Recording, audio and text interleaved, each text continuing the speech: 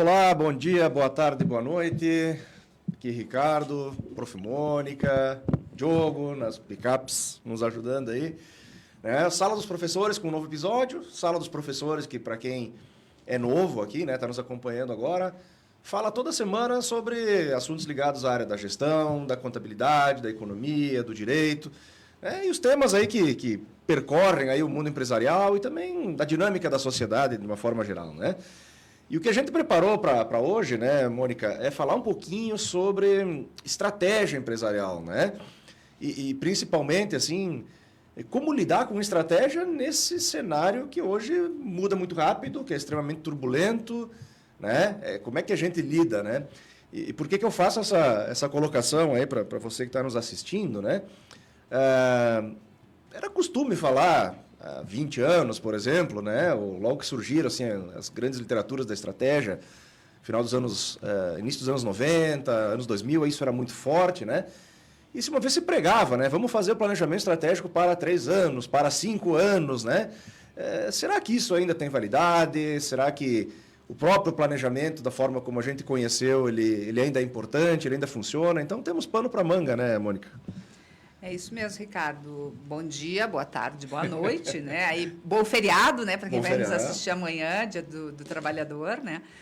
É sempre um prazer estar aqui conversando com vocês e trazendo esse tema, né? Como o Ricardo falou, o planejamento, né, das empresas, hoje a gente não sabe muito bem, né, como acontece ou qual o prazo, né? Uhum. Eu tenho, assim, para mim, né, que ele é muito importante e ele tem que existir. Não importa se você vai fazer por um horizonte de 3 anos ou vai fazer por um horizonte maior, né? Sem ele, a gente não consegue mesmo, né, organizar o nosso dia a dia. Uhum. Parece que não é real, mas é isso mesmo. Assim, a gente precisa sempre estar revisitando esse planejamento.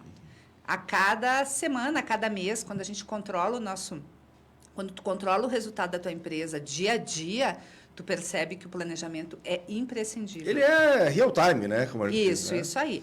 Vamos pensar um pouquinho assim, fazer uma ligação com a nossa vida, né? Uhum. A gente planeja, daqui a um tempo vou fazer isso, vou fazer um investimento, vou comprar alguma coisa, vou viajar, vou ter filho, tudo a gente planeja. Perfeito. Por que na empresa eu não vou planejar, gente? Uhum. Sabe que, como bons acadêmicos, né? Eu me lembro um pouquinho né? Pouquinho não, me lembro bem, né? Todas as áreas, né, de novo, assim, ela tem os seus autores clássicos, né? E, por exemplo, na área da gestão empresarial, assim, se costuma ainda falar muito do Michael Porter, né? Que era um grande autor aí, né? Com seus modelos estratégicos, né? E posteriormente, assim, o Henry Mintzberg, né? Que lançou grandes livros da área de estratégia, o Safari da estratégia, né? E o Porter, ele dizia assim que, basicamente, a gente tinha no mercado, independente do segmento de negócio em que as empresas estivessem, 3 estratégias genéricas de competição. Ele dizia assim, ou a gente compete por custo, né? Quer dizer, tudo aquilo que a gente fizer voltado para um menor preço final ao consumidor, para que o consumidor nos reconheça como a alternativa mais viável financeiramente, né? Melhor custo-benefício. Melhor custo-benefício. Ou a gente competia por diferenciação, e essa diferenciação poderia estar no atendimento, na logística, né, na garantia, qualquer que fosse o aspecto, né? Ou a gente escolhia um nicho de mercado, um segmento de mercado, onde os outros competidores não estavam lá ainda, né, ou iam demorar a entrar, ou seja, de modo que quem chegasse primeiro nesse nicho, né, ia ter maiores lucros por um período de tempo. Acho que essas 3 estratégias genéricas ainda valem, a gente encontra isso no mercado, né, empresas claramente competindo por uma forma ou outra, né? Mas, independente disso, né, o Porter ele dizia assim, olha, a estratégia vem antes do planejamento. Né? Quer dizer, se primeiro tu pensa como é que tu quer te conduzir, como é que é o ambiente em que o teu negócio está inserido, faz análise do ambiente, né? Quer dizer, primeiro tu pensa na estratégia, né? E o planejamento serve para o monitoramento da execução, né? Para a medição dos resultados das tuas ações que foram antes pensadas, né, Mônica? Então, acho que ele tem uma lógica formal, digamos assim, mas no sentido de não deixar a estratégia se perder, né? A estratégia que foi pensada se perder. Eu vejo dessa forma, assim, tu define aonde tu quer chegar, Uhum. por que tu existe, né? Por que essa empresa existe? Qual é o objetivo? Aonde que ela quer chegar? E aí se chama meta, se chama valor, se chama propósito, se chama... Era missão e a visão. Missão e visão, né? O termo que você quiser chegar. Aí, na realidade, é onde a empresa quer chegar. Qual é a tua estratégia? Por que ela existe? Por que que tu criou aqui, né, essa empresa? Por que que a pessoa fez? Mas, para chegar lá, a gente precisa dar passo a passo. É como subir uma escada. Tu tem que subir degrau a degrau. Então, para facilitar isso, a gente utiliza essa ferramenta que é o planejamento. O planejamento significa colocar no papel aquilo que você pretende fazer com a sua empresa. Se a gente não coloca no papel, é muito mais difícil. A gente vai chegar lá? Pode chegar. Mas é muito mais fácil, é facilitado se a gente consegue visualizar, né, colocar, registrar isso como isso tem que ser feito. Né? Eu tive a oportunidade de trabalhar numa empresa espanhola, né, e eu tinha um gestor que ele dizia assim, tudo está escrito lá no chamado livro azul, né? Quando eu cheguei na empresa, todo mundo falava, não, isso está lá no livro azul, isso está no livro azul. Eu pensei, perdi, né? Me perdi nos conceitos de administração e de estratégia. Será que foi Porter? Kapler? Quem falou de livro azul? Não, na realidade, a empresa tinha uma pasta azul onde ela colocou o planejamento. Perfeito. E toda reunião que a gente ia, ele revisitava isso e dizia, está lá no livro azul isso? Se está, ok. Se não está, então a gente precisa revisar o livro azul. Ou seja, a gente precisa colocar como prioridade das nossas ações para chegar na estratégia. Então, ele entendia da necessidade da gente ter isso registrado para que todo mundo soubesse, né? Isso também é uma outra coisa que é importante. Sim. Né? A estratégia ela todo tem mundo que ser do conhecimento de todos e todo mundo compreender por que a gente está fazendo essa ação ou por que a gente controla essa informação, essa meta. Por quê? Porque ela está lá no livro azul. Né? Então, mas daí, tu falou uma coisa interessante, né, Mônica? Assim, todo mundo precisa conhecer a estratégia, né? Isso se faz muito mais útil, se faz muito mais importante quando a gente tem, por exemplo, aquelas empresas que têm departamentos, né? Muito organizados e que muitas vezes a informação não circula e que cada departamento é muito fechado, né? E o departamento, ele entende da sua função, mas muitas vezes ele não entende da sua função para benefício total, né, de toda a empresa, né? Ou seja, aquela empresa que trabalha com aqueles... Eu cuido do meu, tu cuida do teu, né? Então, o planejamento tende a dar uma falhada quando é muito fechado, assim, né? Tem isso também, assim, se a gente não tem ele o planejamento bem explicado, bem disseminado dentro da empresa, acaba acontecendo isso. Eu vou fazer aqui a minha parte, não, o meu negócio aqui é a área de produção, então eu vou produzir muito bem, vou melhorar a produção, vou produzir menor tempo, vou melhorar o uso dos meus materiais, maximizar a mão de obra, mas às vezes tu está produzindo o que não vende. Então não adianta, ou está produzindo algo que a empresa não vai mais investir naquele produto, vai substituir por outro, vai ter vai entrar num novo mercado. Vai uma nova tendência que vai te afetar. Uma nova tendência, então por isso que você, da área de produção, também tem que saber qual é a estratégia da empresa. E isso vai se levando para todos os caminhos. Eu sou lá da área de contabilidade. O que eu tenho que saber disso? Se a empresa vai ir para um novo mercado, pode ser que lá a gente tenha um novo imposto, uma nova legislação. Eu tenho que cumprir, por exemplo, ações de sustentabilidade diferente, de meio ambiente. E isso é responsabilidade de quem está na contabilidade. Então, se eu não souber para onde a empresa vai, eu não vou estar preparado para isso. Eu tenho um exemplo, assim, uma época eu trabalhei numa empresa de telecom e a Anatel estava entrando com um novo imposto. E nós tínhamos um prazo muito curto para implantar isso. E se eu não tivesse sido avisada, com certeza eu seria multada dia 1º de janeiro do ano seguinte, porque não tinha feito essa implantação. Então, eu preciso saber para onde a empresa vai, para eu poder estar auxiliando ela no que eu faço de melhor, que é controlar a contabilidade, por exemplo. Olha que legal isso, né? Voltando, né, essa questão de monitoramento do ambiente e tal, isso está valendo. Quer dizer, desde que a gente tem as primeiras literaturas de estratégia, né, o Porter, que é, né, volto a ele, porque é talvez o autor mais clássico a falar sobre isso, né? Ele dizia assim, olha, a estratégia ela era top to down, ou seja, quem definia a estratégia eram os donos do negócio, eram os acionistas, né? O resto aplicava, obedecia e executava. Mas ela era calcada, né, numa análise de ambiente muito profunda. Assim. Ela previa o monitoramento da concorrência, dos possíveis produtos e serviços que poderiam te substituir se tu ficasse desatento no mercado, né? Em qual é a dinâmica de negociação dos clientes, dos fornecedores, se tem muitos, se tem poucos, se eles são raros, né? Então, essa parte daquilo que ele preconizava era muito interessante. Mas ele tinha essa lógica assim, olha, o topo determina, né, e top to down. Outros autores, por exemplo, eles disseram assim, não necessariamente, né? Eles disseram assim, olha, a parte de baixo da organização, né, os executores, não, eles têm que saber, ou têm que ser parte ativa da estratégia, e eles podem ajudar a definir as novas estratégias, né? Não seria mais uma coisa tão fechada de cima para baixo, mas uma coisa um pouquinho mais orgânica e um pouquinho mais flexível, né? E aí a gente traz, né, uma ferramenta, digamos assim, uma metodologia, por exemplo, muito famosa, né, que era o BSC, né, o Balance Scorecard, né? Para quem não é acostumado ao ramo, enfim, né, mas pelo menos tem um interesse no planejamento, né? O BSC, ele, a meu ver, ela é uma técnica muito interessante, né, Mônica? Porque ela realmente envolve todos os níveis da organização. Né? Quer dizer, existem as estratégias pré-definidas, mas ela torna o planejamento um pouquinho mais orgânico, né, no dia a dia da empresa. Ele foi uma ferramenta, assim, como dizer assim, que mudou, né? Que revolucionou esse processo, né?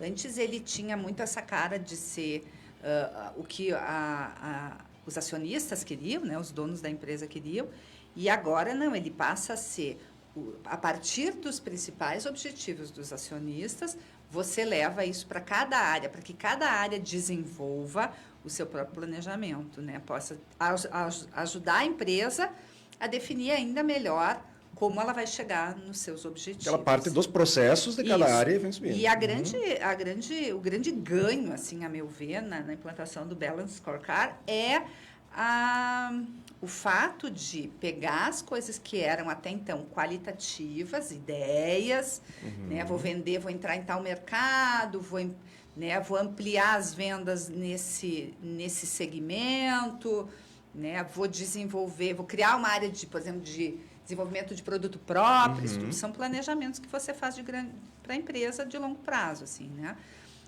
Transformar isso em números. A gente conseguia visualizar né, através dessa ferramenta foi possível visualizar a participação de cada área dentro da realização do orçamento, da realização do planejamento, desculpa, né? Então ele permitia isso, que você conseguisse visualizar, né, o resultado, né? Então dizer, a gente vai participar disso, e isso vai ter uma métrica que às vezes podia ser financeira. Às vezes ela podia ser... Não financeira, mas que conduz ao resultado financeiro. Mas que tu conseguia ser medido por aquilo. E quando a gente consegue medir, né, tem uma máxima lá que a gente usa na controladoria, que é assim, se você consegue medir, você consegue gerenciar. Né? Então, por isso da importância da métrica, né, de saber medir isso. Né? Olha que interessante, né? Tratando assim, do BSC, né? Ele parte, né, do começo, né, de uma perspectiva mais interna mesmo, né, de uma dinâmica interna da organização, a gente chama, né, o aprendizado interno, os processos internos de cada departamento, de cada função, né? Que isso, né, na medida em que esses processos estiverem bem polidos ou alinhados à estratégia, eles vão conduzir a uma segunda etapa, né, que era uma visão do cliente, né? Quer dizer, um processo bem feito internamente vai afetar de forma melhor o cliente lá fora, né? Que é o que a gente espera, né? É ele que tem que nos reconhecer como eficiente ou como uma boa alternativa. Para, no fim, chegar lá o resultado financeiro ou atender a todos os interessados, né? Que não necessariamente são só os donos, os acionistas, né? Hoje, quando a gente fala em planejamento, a gente fala em atender a comunidade externa, né? Que é uma outra lógica, quer dizer, o resultado ele sai da empresa e ele ainda tem que contemplar o social, a comunidade, que é tem termos, né, genéricos, assim, bonitos agora, o ESG, né? Que veio lá da responsabilidade social, né? Mas eu acho que o planejamento, o BSC te fazia, né, ou te faz pensar nisso, né, nos processos internos e nos resultados para além dos muros da própria empresa, né? Te faz pensar nesses processos internos, o capital que tu tem, o que tu tem de pessoas, o que tu tem de capacidade de investimento. Também ele, a partir disso, ele te permite visualizar a empresa. E aí sim, ir para o mercado, ir para o cliente e depois os resultados.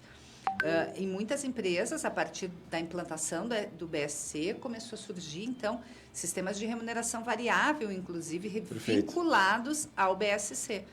né? A gente deixa de ter a participação nos resultados somente pelo lucro, ou pelo lucro bruto, ou pelo faturamento, e tu passa a ter pelos teus próprios objetivos, né? Então, eu sou lá da área de contabilidade, eu tenho que ter, né, um monitoramento melhor da parte de impostos, por exemplo. Né? Então, eu passo a ser monitorado por aquele indicador, né? E não mais por um indicador genérico.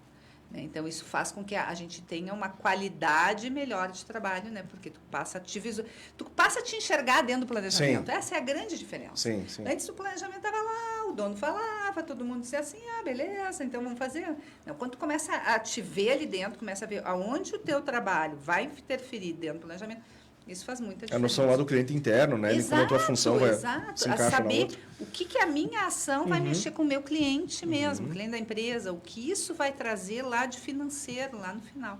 Sabe que a gente falou do início da grande literatura de estratégia nos anos 90, né? Com o Porter e tal. Mas uns 20 anos depois veio esse carinha aí que eu citei, que é o Mintzberg, né? E ele lançou um livro muito bacana, né? Que talvez quem é da área da gestão ali conheça, chamado Ascensão e Queda do Planejamento Estratégico. E antes que alguém pense que assim que o Mintzberg está dizendo, não, planejamento não, que o título sugere, né, que Sim, não presta mais para nada, acabou. né? Não é isso, né? Na verdade, ele faz uma crítica exatamente dizendo, né, que o planejamento ele não deveria mais ser top to down, que ele deveria ser mais orgânico, né, permear as várias funções da organização. E, principalmente, né, dizendo que talvez não se conseguisse mais, isso ele falou lá em 2013, 2014, quando ele lançou o livro, né, que talvez não se conseguisse mais fazer um planejamento estratégico tão seguro, porque o mercado está cada vez mais turbulento. Né? Por exemplo, quem é que pode prever certas coisas? Né, eu brinco de novo, né? Quem é que poderia prever a pandemia? Né? Uma coisa que ninguém passou e certamente alterou o planejamento de todo mundo, né? O nosso planejamento em casa foi alterado, né? Claro. Tu falou, assim, a nossa vida particular foi afetada, a vida empresarial também, muito mais, né?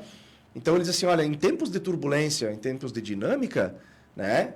Mais se faz necessário revisitar toda hora né, o teu planejamento, né, amor?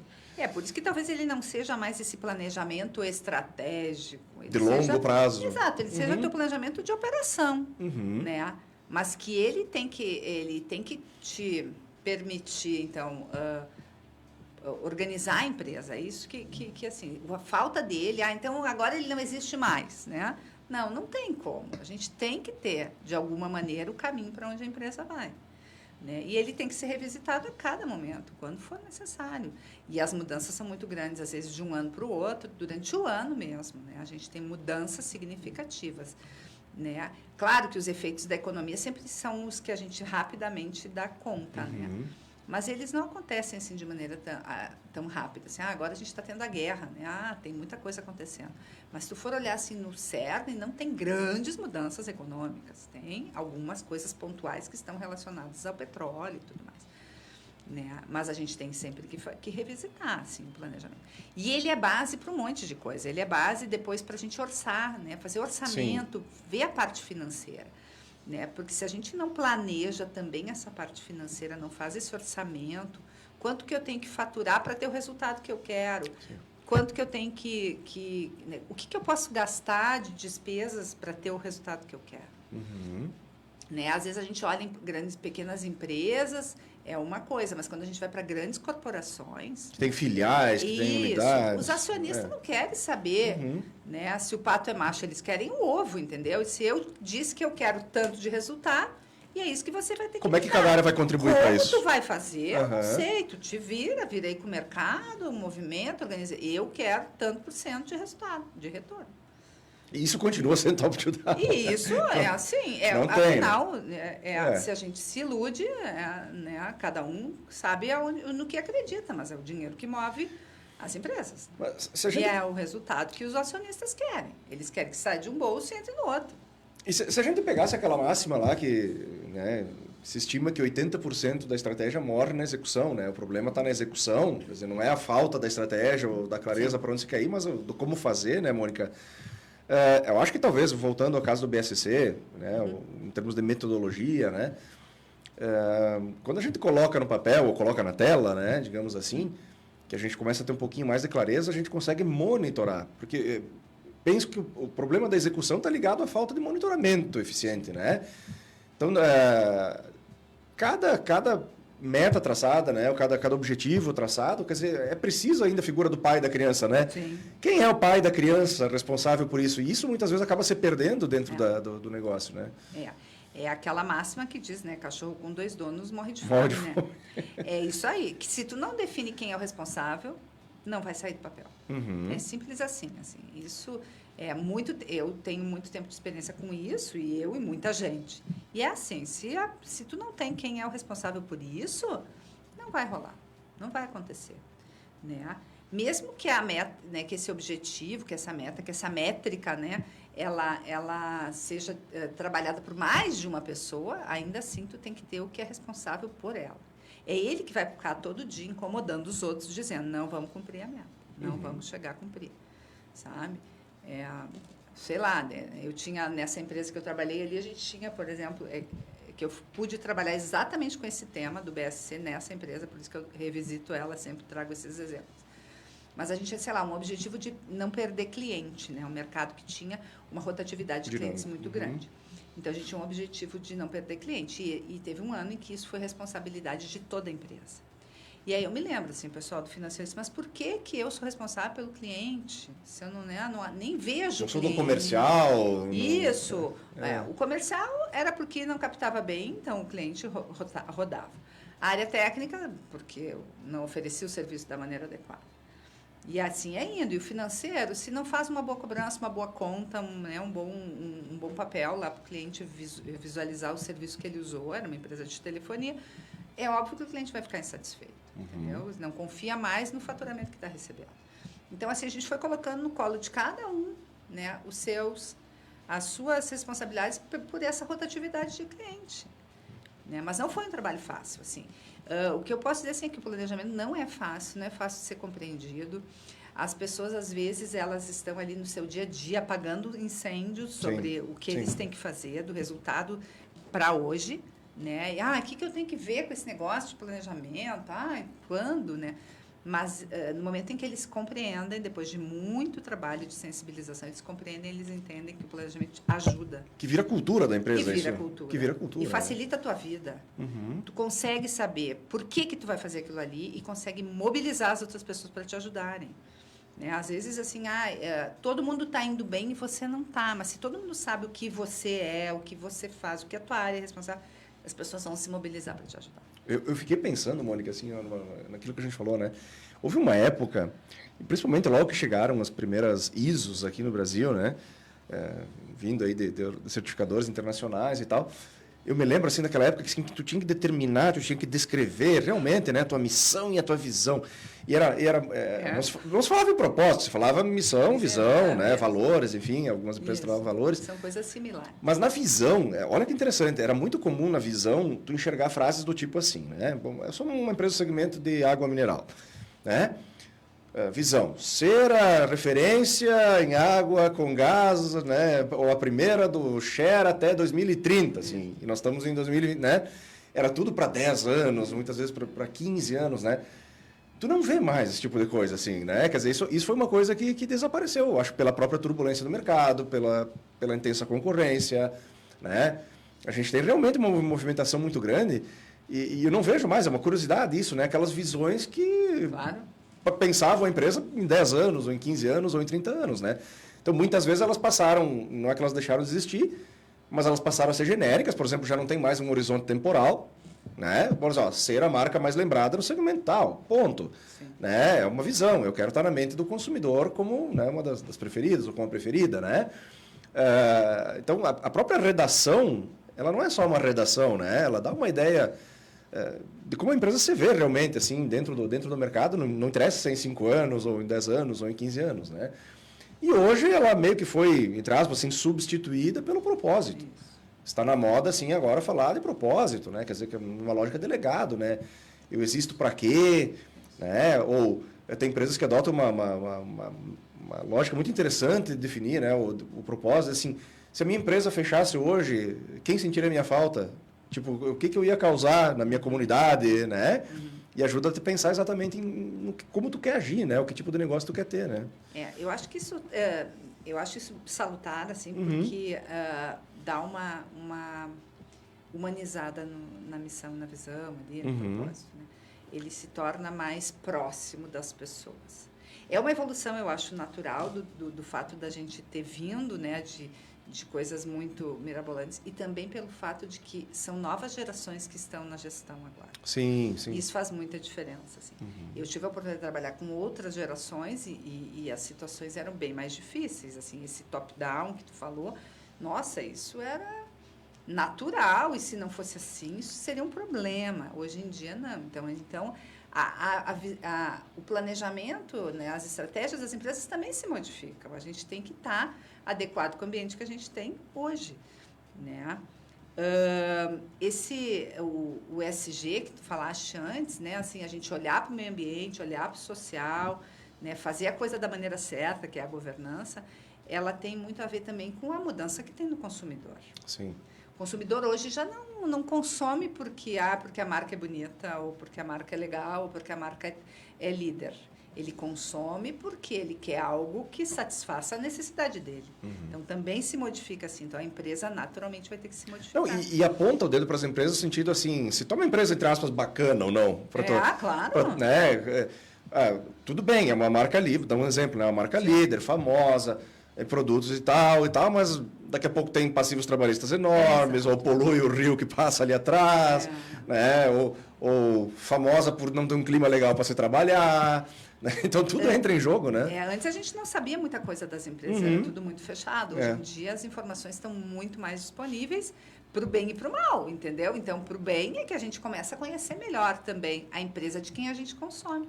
E tu te questiona, por que eu compro dessa empresa se eu sei que lá é ruim, ou que não faz bem para a comunidade, sabe? Todo mundo se questiona se por que eu já ouvi várias vezes, né? Por que lá as mineradoras de Minas Gerais continuam usando aquele sistema das barragens se já existe há muito tempo um outro sistema? Tu te questiona assim, mas por quê?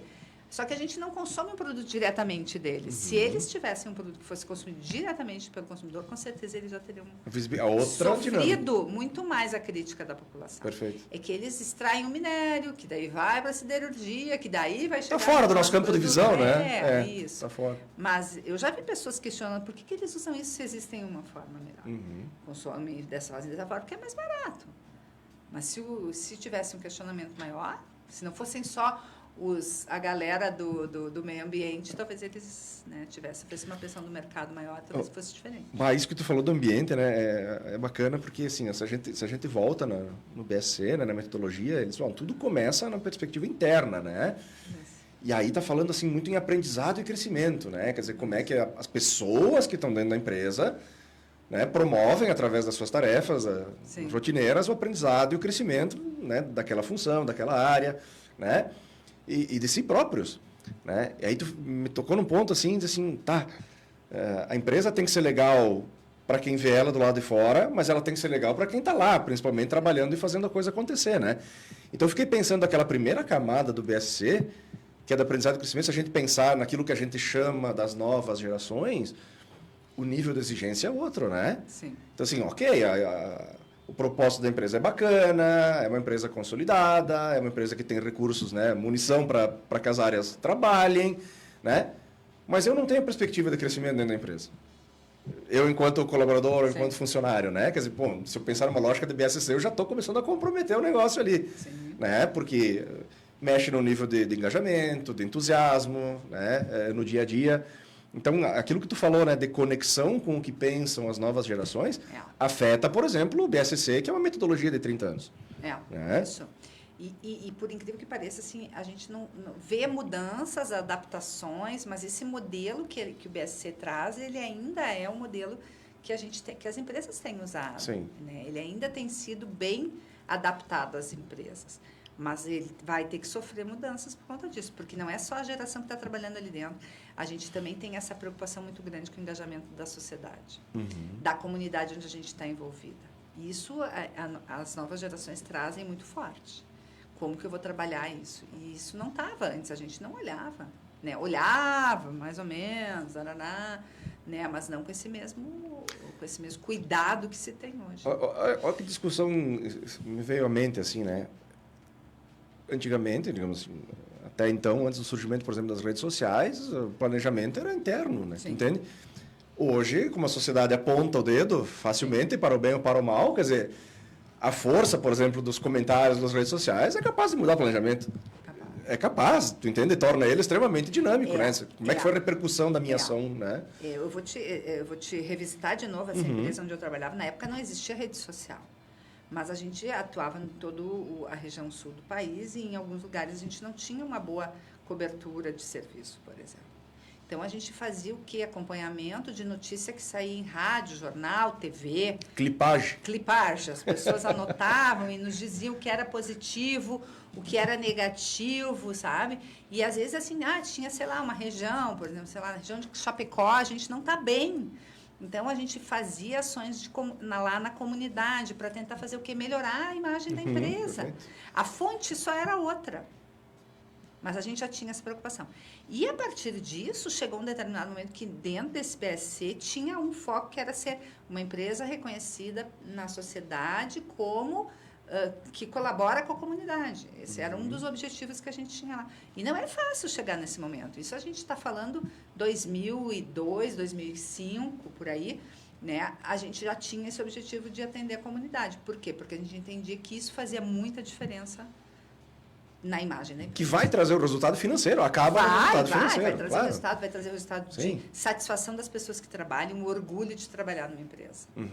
Né? Porque pensa, não, trabalho, que chatice, acordo de manhã, vou lá. Não, gente. O trabalho, quando ele é legal, quando você gosta, você tem orgulho de trabalhar na empresa. E se ela está bem vista na comunidade, bem vista, você sente orgulho de dizer trabalho lá, papapá, né? Então, isso é muita diferença. Então, assim, a gente precisa monitorar, precisa saber. E a comunidade é bem importante. E se tu faz ações para ajudar, isso só vai melhorar a tua imagem, só vai melhorar a empresa. Que é aquela lógica, né, de que, ok, as metas, os objetivos são quantitativos, são numéricos, porque isso facilita a vida de todo mundo, né? Mas é a prática, né, da rotina que vai conduzir o resultado financeiro, né? Então, é a tua atividade não financeira, né, no atendimento, na atenção ao cliente, na resolução de um problema, que vai conduzir a satisfação, aí sei lá, a recorrência, a fidelização, né, o aumento do ticket médio, né, quer dizer, a métrica que é subjetiva acaba se tornando uma métrica objetiva, né? Então, ainda vale aquela coisa assim, olha, vamos ser bacana com o cliente, vamos procurar dar o melhor, porque isso vai trazer resultado financeiro, é óbvio, né? E era uma coisa, eu acho que o mais legal do BSC é isso, né? Porque outras metodologias não previam isso. Não previam, né? Tu só olhava para o número, mas não ficava pensando no processo, né? Tinha lá objetivos, quero chegar aqui e ter esse resultado de número que eu quero ter. Mas eles não se conectavam, assim. E o BSC traz essa característica. Porque tu monta ali tudo que tu tem lá na aprendizagem, crescimento, mais teus processos internos, que é a base do BSC, vai para o mercado, para os clientes, perspectiva de satisfação. E o último lá em cima, então, ele trabalha de baixo para cima. Sim. Né? E o último lá em cima é o resultado financeiro, né? Que tem que acontecer. E por isso que ele foi tão revolucionário, assim. E ele trazia um esquema assim, então você também vai trabalhar com os seus objetivos. Você está perto, longe, como é que está esse objetivo, né? O primeiro momento. Então, eu trabalhava com um esquema de cores, verde, vermelho, amarelo, que é bem do sinal. Então, vermelho não pode passar, né? Diz o semáforo, né? Então, tá ruim. Tá amarelo, tá melhorando, verde, ok, tá cumprindo. Também, o visualizar é muito mais fácil. Eu sempre digo, né, para os meus alunos assim, o que é mais fácil de ver? É você escrever lá no teu WhatsApp, estou feliz hoje, ou botar aquela carinha amarela com um sorrisinho. Né? Você vai botar a carinha amarela com um sorrisinho, a pessoa vai ler o quê? Você está feliz hoje, sabe? Então, o BSC também trouxe isso, da gente poder visualizar, né? A ideia era ter um único painel com os principais indicadores, e nesse painel tu tem lá o que está cumprindo verdinho, o que está atenção amarelo, e o que vermelho é o nosso foco principal aí para tentar mudar.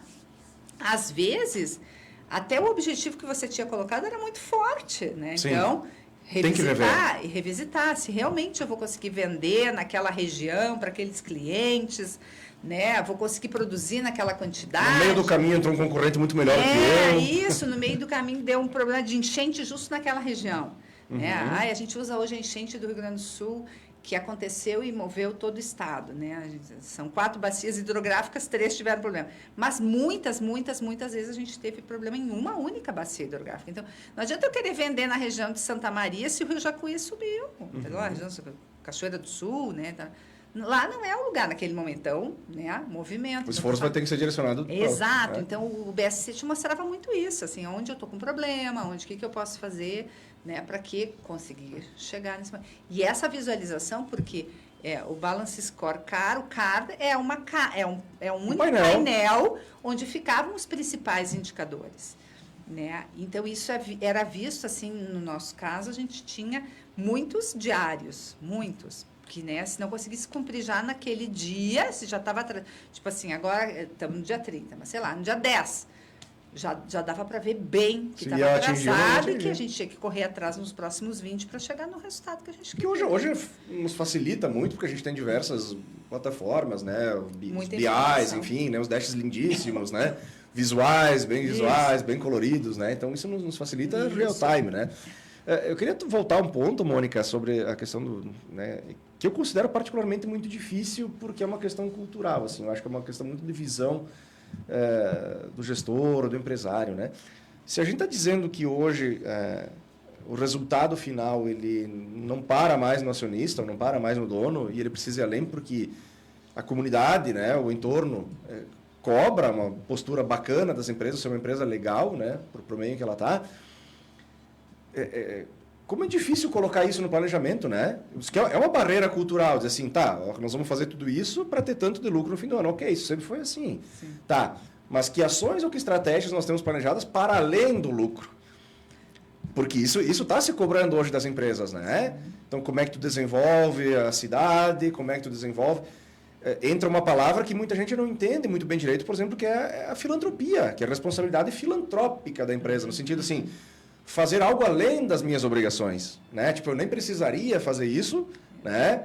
Eu sou bacana, eu pago bem, os funcionários crescem junto com a empresa, o lucro a gente atinge as metas, mas, além disso, eu faço coisas que são fora das minhas obrigações legais, né? Eu acho que isso é bacana em termos de planejamento também, pensar. Porque isso estimula as pessoas que trabalham na empresa e estimulam que novas pessoas também venham trabalhar, né? E perder um pouco dessa ideia de assim, não, isso é o Estado que tem que fazer. Então eu pago imposto, o Estado que faz. Né? Nem tudo o Estado tem que fazer. E muitas pessoas e muita coisa não precisaria ser responsabilidade do Estado. Né? Se a gente olhar lá, o que o Estado é obrigado a fazer? É a parte de segurança, gente. O restante, aqui no Brasil, o Estado faz mais do que isso. Né? Mas o Estado mesmo é responsável por essa parte, assim, de manter a ordem jurídica, né? O Estado de Direito, que a gente chama, e fazer a segurança. Sim. Isso que é a obrigação em qualquer lugar. E aqui no Brasil a gente faz mais, mas as empresas elas podem dar conta de fazer coisas que o Estado não faz, porque isso é legal, porque isso é do bem. Né? A empresa tem que sair um pouco dessa história de ser só quem ganha e ser um pouco mais do bem. Que legal isso. Eu não sei como é que a gente está de tempo, porque às vezes o papo vai passando, estamos quase ali, o feeling já, né? Acho que podemos caminhar aqui para o encerramento, né, Mônica? Acho que a gente pode chegar à conclusão aqui no nosso bate-papo de que ainda é muito, não só válido, mas necessário planejar, né? Que vale a pena, sim, botar no papel ou na tela, ou seja qual for o mecanismo, né? Para que as coisas sejam realmente visualmente acessíveis para o time, né, para todas as áreas da empresa, né? Mas principalmente eu acho que o recado que fica não basta a gente designar as metas, os objetivos, né, tornar aquilo rotina, mas não perder o horizonte da flexibilidade do planejamento, né? Assim, não precisa se agarrar, né, ou morrer abraçado ao teu planejamento, né, se o ambiente ou os sinais estão te dizendo que tu deve mudar ele. Eu acho que essa talvez seja uma das grandes fontes, assim, né, de oxigenação das empresas e principalmente, sim, muitas vezes tu morre ou fecha por uma convicção e a gente tem dificuldade muitas vezes de mudar nossas convicções. O ambiente está te dizendo que não é por aí, né? Então acho que o planejamento ele existe, mas ele está cada vez mais flexível, né? Isso aí, e a gente tem que procurar que ele seja assim, né? Pensando assim em quem nos assiste, né? Então, eu sou de uma empresa, eu nem sei direito como começar a fazer. Né? Então, existem muitas fontes, muitos lugares onde você pode buscar isso. Né? A gente mesmo aí na faculdade tem, né, a possibilidade de ajudar vocês. Né? A gente tem disciplinas que tratam especificamente sobre isso. Né? Mas saiba que você pode contar muito com o seu próprio funcionário. Perfeito. Ele, melhor do que... junto com você, não melhor, né? Mas junto com você é a pessoa que está no dia a dia, que conhece o mercado, a produção, conhece de onde vem o suprimento, conhece os gargalos, conhece tudo. Então, ele é uma pessoa que pode ajudar muito você a fazer esse planejamento. Envolver no planejamento. Envolver e saber o que o mercado está querendo sobre você. E se você é funcionário, se o teu chefe não te permite, incomode ele. Diz, vamos lá, cara, eu quero participar desse negócio. Entendeu? Eu tenho muito para agregar. Eu tenho muito. Pode parecer que não, mas o funcionário tem um conhecimento enorme sobre a nossa empresa. Às vezes a gente acha que não, que ele está ali meio perdidão. Só cumpre a função. Mas é porque muitas vezes ele não é provocado para te ajudar. Né? Então, a gente precisa também, né, provocar. Então, se você é funcionário, vai lá e reclama para o chefe. Chefe, me ajuda. Me dá a oportunidade de falar aqui. Exato, eu tenho ideia para dar, sabe? Pode parecer, às vezes, uma coisa absurda, mas depois você vai ver, cara, pode ser que seja um novo nicho do seu mercado. Que bacana. É isso aí. Muito bem. Então, acho que vale a pena o bate-papo, né? Valeu mais a pena. Semana que vem, novos colegas, novos temas, né? O Sala dos Professores continua. Semana que vem vamos ter o quê aqui, Mônica? Me ajuda, semana que vem a gente vai falar um pouco sobre contabilidade, né? Vamos ver, né, se a gente consegue trazer, então, a parte do imposto de renda. Por que nessa época do ano, só nessa época do ano a gente fala sobre imposto de renda? Na realidade, o que a gente vai trazer é que existem muitas coisas que envolvem e que chegam, né, ao final em abril. Desemboca nesse momento. Desemboca aí entre abril e maio de cada ano. E aí o contador, coitado. É isso aí. Então, a gente está querendo trazer por que a gente tem que falar com o contador e que momento e como ele pode te ajudar durante todo o ano. Beleza. Então, Tá até lá. Curta a gente, Spotify, YouTube, Facebook. Isso aí. Mais um Sala dos Professores. Obrigado pela audiência de vocês. Muito obrigada.